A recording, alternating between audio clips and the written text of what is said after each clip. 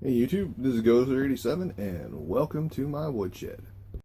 So, if you can't tell, it is really cold out here, at least for Washington State. It's probably about, I don't know, 45 degrees out here in the shed.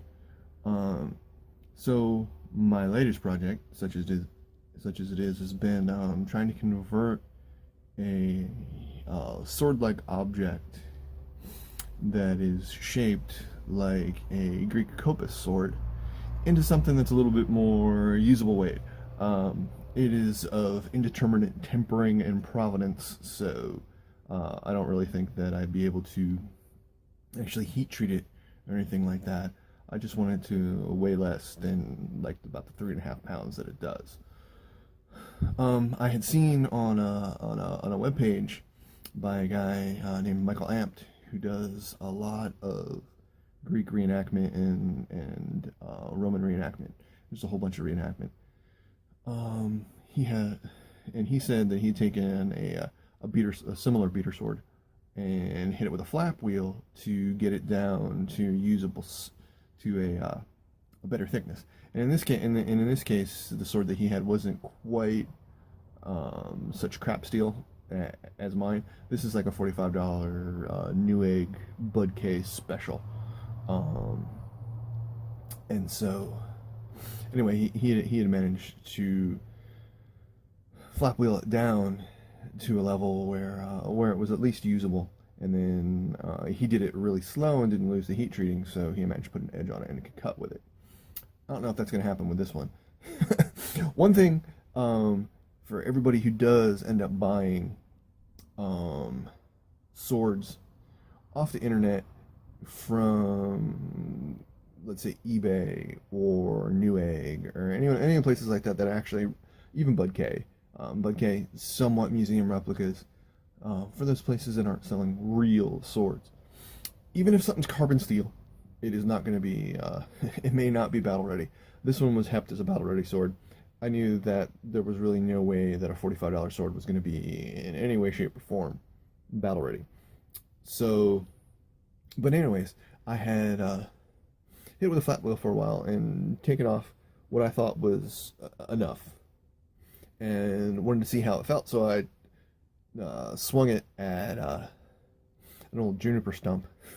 I know, not exactly the best way to treat your sword, but I swung it at an old juniper stump that I use for a stick fighting pal, out in the backyard, and ding ding tank. And I was like, what's that? What's going on here? And so this is what the sword looks like. And I heard this tank sound, and I was like, what the heck is that? And I noticed that the handle was loose, and I was like, oh, okay. As you can see, it's a brass handle, and it looks like it's cast onto the sword. Well, lo and behold, a gentle tap with the ball-peen hammer reveals the ugly secret underneath. So this is a really short rat tail tang, and I don't know if you can see that. There you go. Here's some better light. It doesn't look like, if you're looking in here, I don't think there was any epoxy or anything beyond a little tiny braze. So as I was saying, anyway, so I don't think there was anything beyond this little bit of brass right there, maybe. And there's still a little bit you can feel it on the bottom. I hit it with the flap wheel already to take it off on the top side. But there was some brass right there. It might even just be solder. I don't know. So, and the thing is, if you look at it, this handle is pretty small for somebody who has meat hooks like I do. I mean, and realistically, actually, for a 6'3", 300-pound guy, I do not have very big, beefy hands. And this thing is tiny in my hand. It actually fits my daughter's hand perfectly. Of course, the sword is way too heavy for her to use, for her to carry around comfortably. But so it's designed for somebody who's 5'1". So the plan is to take off a bunch of this excess metal that's on here, and in case you're curious, there was a YouTuber that I saw who was doing knife making, and he recommended for holding your blades to be able to get to all of them. This is just a $4 um, magnetic tool holding strip that you can get at, well, I got it at Harbor Freight, but you can get it pretty much at the vast majority of, like, you can get it at Home Depot, Lowe's, or somewhere like that. And in this case, that's the brand here, and it was like $4.95.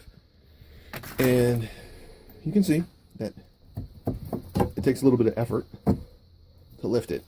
And now if you push on it really hard, and I mean really giving it some, it will roll.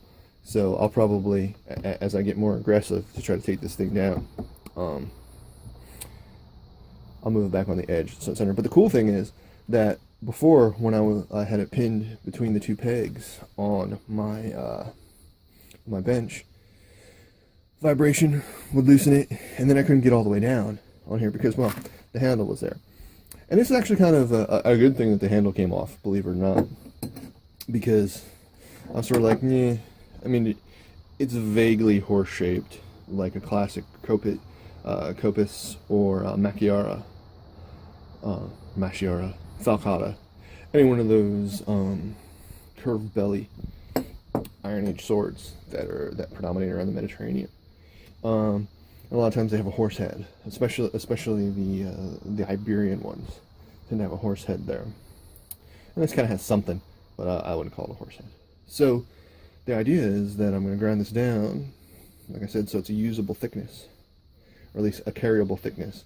And I have a bunch of wood that I found. We cut down some juniper, we've cut down a plum tree, we cut down a pear apple tree in the backyard here, and all this stuff's been seasoning up in the rafters. And I'm thinking that one of those would make a nice handle for this on here. Worst case, I'll just get some oak and plane it, and instead of the handle being butt up against here, it'll go here to about where my finger is, and I'll drill through and I'll rivet it in place and make it more of a there's a Germanic sort called a cherusker, at least from the Fine, supposedly, that wraps around almost all the way, and it'll be like that, and I'll be able to be slightly bigger on there. I might also take this to one of the welding shops that I know from work and have them do some welding and weld on a little bit bigger carbon steel piece on here that actually wraps all the way around on there. It depends, whether or not it's worth my effort. Well, so there you have it. It's first post in a long while, but